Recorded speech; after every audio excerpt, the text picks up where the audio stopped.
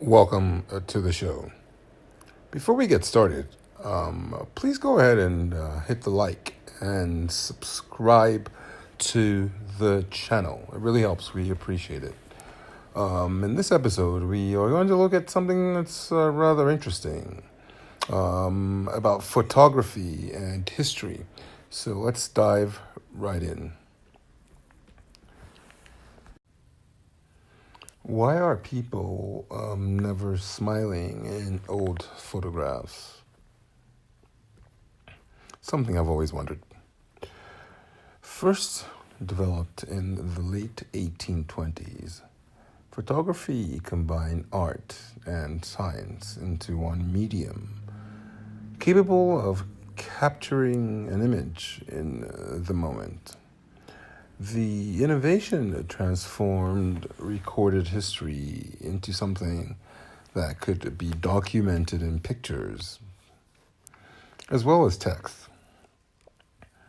As the technology advanced, the medium exploded in popularity, making it possible for families to create snapshots of memories for future generations to appreciate. These early photographic portraits transport us back in time, painting a picture of a different way of life. Families were larger, clothes were bulkier, and postures were noticeably stiff and formal. But perhaps the most conspicuous difference of all is that no one ever seemed to smile. The somber expressions preserved in early photographs might lead us to assume past generations led austere and joyless lives. However, the lack of joviality in these snapshots can be attributed to several other factors. Here's the truth behind those stern expressions in old photos. Long exposure times. In the earliest days of photography, the lengthy exposure periods made it impractical to photograph people. For instance, French inventor Nicephore, last name is Niepce, 1826. View from the window at Le Gras, credited as the oldest surviving photograph, required an exposure time of 8 hours. Please leave a comment below if you know how that last name is pronounced, Niepce. That's quite a lengthy amount of time. If you can imagine somebody taking a photo and requiring an exposure time of 8 hours. It was more than a decade before Louis Daguerre, 1839 invention of the daguerreotype made portrait photography practical. So between that's a long period of time for that to happen. But even then, it was a relatively slow and meticulous process that required the subject to remain still for as long as 20 minutes.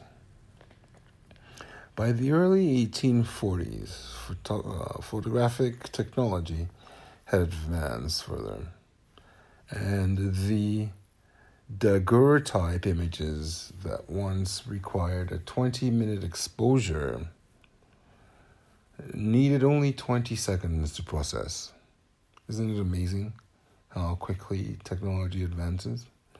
Still, even modern photo subjects understand the difficulty of maintaining an open-mouthed smile for any amount of time. It only takes a few moments for a candid smile to turn into something more like an awkward grimace.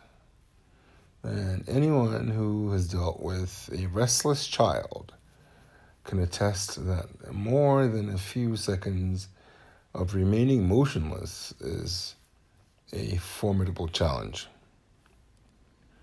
To minimize movement and guarantee a sharp image, children were sometimes put into restraints for the length of a photo shoot. Can you imagine? Additionally, until the 20th century, the expense of photographic equipment and the toxic and dangerous chemicals needed to process film meant that most photographs were taken by professional photographers working out of studios or traveling with their equipment. So, a photography session was a time-consuming and pricey undertaking. It cost the average person as much as 3 or more months' salary. And a person might only be photographed a few times in their life. Think about that next time you take a selfie. The requirement for stillness, combined with the novelty and cost of posing for a professional photographer, created an atmosphere where it was simply easier to maintain a neutral or serious expression. But even once the technology existed to capture more relaxed expressions, it was a long time before smiling in photos became the norm. So let's take a look at early photography, or early photographers imitated portrait artists. So though technological limitations are frequently cited as the reason for solemn expressions in old photographs, it wasn't the only reason our ancestors so often appeared solemn in front of the camera. One notable feature shared by artist portraits from the 17th and 18th centuries and photographs from the early 19th century is the presence of stoic, enigmatic expressions on the subjects' faces. Right? As portrait artist Miss La Crevy observes in Charles Dickens' novel Nicholas Nickleby, only two types of expressions existed in portraiture: the serious and the smirk. Before photography, a painted portrait was the only way to preserve someone's image for posterity. So having your portrait painted was an activity associated with wealth and social status, and accordingly the art form had its own rules and expectations. This formal portraiture proved to be a big influence on early photographers who featured their subjects in ways that represented their social status, occupation, or other interests. Kind of reminds me of the Polaroid. Back in the day, you had to have some cash to splurge in order to have a Polaroid camera where you could take a photo, print, take a photo, print, take a photo, print. Right. It's very interesting. So when we look at it, this formal portraiture proved to be a big influence on early photographers who featured their subjects in ways that represented their social status, occupation, or other interests. The social mores associated with painted portraits carried over into the photographic portraiture, and smiling was discouraged. So let's take a look at social etiquette, which frowned upon smiling. Some historians believe that advancements and accessibility in dental care may have contributed to more smiles eventually being captured on film. Right? People had nicer teeth, more smiling. Other experts disagree, noting that for centuries, a lack of dental care was the norm and thus wasn't considered to detract from a person's physical appeal. You didn't have to have a nice smile to be attractive, in essence. Still, smiling for a photograph wasn't commonplace in the early days of photography. In fact, instead of the modern directive to say cheese, right, when you're about to take a photo, to produce a wide, toothy grin, some photographers in Victorian era England asked people to say prunes, forcing them to tighten their lips for a more socially acceptable expression based on the beauty standards and etiquette of the time. Very interesting. In an era where open-mouthed grins were considered unacceptable, and a smile was believed to signify somebody or someone who was poor, drunk, lewd, or otherwise corrupt.